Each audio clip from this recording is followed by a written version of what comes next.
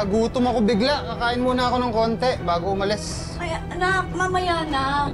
Mamaya na, anak. Sige na. Hindi na Hatid mo na ako. Hindi ko na kaya na Gutom na ako. Kahit konti lang, kahit konti lang. Huwag na, mamaya na, anak. Ano ka, bali ka na.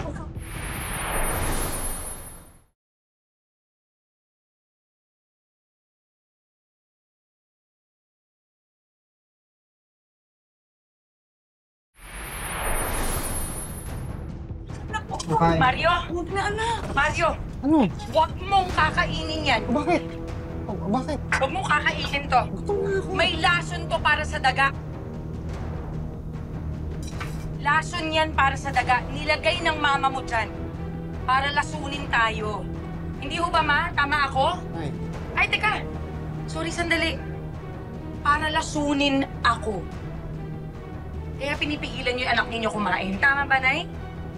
Kung makikinig siya sa asawa mo, sinungaling yan. Sinungaling ka! Dalawang mata ko, doon ako sa likod ninyo, nakita ko nilalagay ninyo, binubudbud nyo, hinalo nyo pa. Teka, Nay.